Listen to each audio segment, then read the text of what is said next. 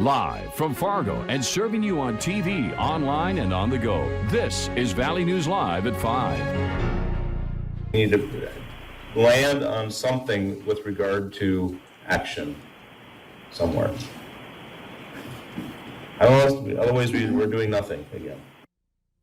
We begin with breaking news. Cass County Social Services is taking action by cleaning house after an explosive report last year accused the agency of being a toxic work environment. Today, a new director was appointed. Valley News Team's Joshua Peguero was at that meeting and joins us in the studio with more. Joshua. It's a new beginning for the agency. Chip Ammerman, the former director of social services, will be reassigned to another duty since the board says state law prohibits them from firing him. At a meeting today, a new director was picked by the board, and she'll start on March 16th. Also discussed were the fates of two employees, Family Services Manager Linda Dorff and CPS Unit Supervisor Rick Van Camp.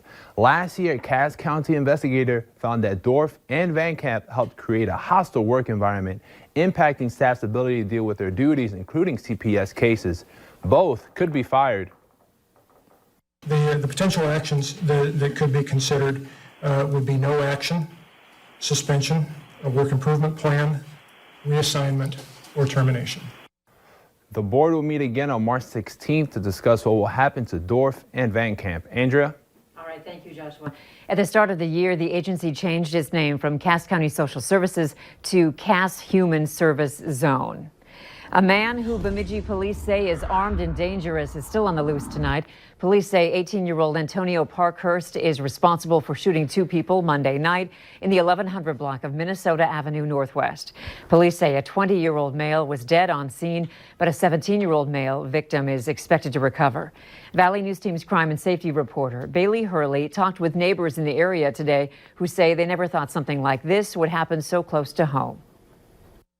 And I just heard someone screaming, and I just thought it was like a kid playing, and then all of a sudden we heard help, like just screaming like bloody murder, and we looked out the window and I just saw a girl standing there and another guy. All that's left now are a zip tie, gloves, and white sheet, but Brooke says last night was a much different scene.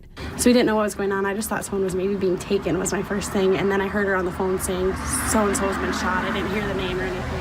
She says the body of the 20-year-old victim laid outside this home for hours until finally being taken by authorities around 2 Tuesday morning. And just across town, Alexis Bugera Brown was scrolling through social media when she heard about the deadly shooting and then realized it was just down the block from her home. And they said that they hadn't caught the guy yet, so I was like nervous. Should I go home? Should I stay here? I don't know what to do. She says she called police to see if she was in the clear, but says she felt like police left her in the dark. Worst comes to worst, like, am I going to get shot? And she's like, I can't release any information. And like, I understand not releasing that, like details, but just letting me know if it's safe to go home. Like, Bugera Brown says she eventually made it home safely. Both she and Brooke saying they still can't believe something so horrific happened in their quiet neighborhood. I feel safe here at my house. Nothing's ever happened like this before. I mean, there's always potential for something to happen, but knowing that that happened close to home's a little nerve-wracking. I've been talking with the family members of that 17-year-old victim. They told me earlier that he was going to need surgery, but just about an hour ago, they told me he's now been released from the hospital. They say, thankfully, that bullet did not graze any of his major arteries. They say he's now home. He's recovering. He's doing okay. They say last night he was just in the wrong place at the wrong time. Reporting live in Bemidji, Bailey Hurley, Valley News Live. All right, thanks, Bailey. 18-year-old Antonio Vincent Parkhurst of Bemidji, who they say ran away from the scene with a handgun. He's described as a Native American man with short black hair, brown eyes, and a slender build, and was last seen wearing a red sweatshirt. Police would not provide us with a picture of the suspect, but if you see him, do not approach him and call 911.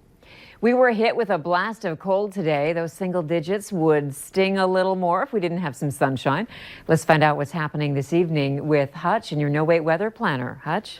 Yes, and it's combined with some wind as well, so it certainly feels very brutal as an Arctic air mass is working its way down into the valley. The coldest of it will arrive overnight tonight. Here's a look at those clear skies, a few clouds, Bismarck and points south, moving in towards Ellendale. Everyone in our viewing area, minus our South Dakota counties and the Wilkin County area, Traverse County area, in a wind chill advisory tonight. Temperatures are hitting the 0-degree mark for Roseau and Langdon with wind chills already at 20 below up north. It's going to be a wind chilly night. Temperatures here in Fargo will be below zero before the 10 o'clock hour, Andrea. Bundle up. The wind's still strong enough at around 10 miles per hour through the evening to make it feel like about 20 below zero through most of the evening. Even colder tonight in Grand Forks with some nasty wind chills overnight. I'll have details on how low we go. We'll talk about a warming trend that will carry us into the weekend that will, I'm sure, bring a few smiles anyways. I'm sure. Thanks, Hutch. You bet. Devils Lake police need your help finding a missing man. Family members recently reported Christopher Allen Grafsgaard is missing. He has not been seen or heard from since December. According to a Facebook post by police, he may be in the Fort Totten area. If you have any information on Grafsgaard, call Devils Lake Police at the phone number on your screen. The Trump administration is waiving federal contracting laws in order to speed construction of the southern border wall. The move means nearly 200 miles of wall will be built more quickly along the Mexican border. A 2005 law gives the Department of Homeland Security secretary the power to waive laws to accelerate border wall construction in areas with high numbers of illegal crossings. The waivers apply to construction projects in Border Patrol sectors in California, Arizona, Texas, and New Mexico. 2 groups of American evacuees from Wuhan, China have been released from military bases where they had been under quarantine for signs of the coronavirus. Nancy Chen has the latest from New York.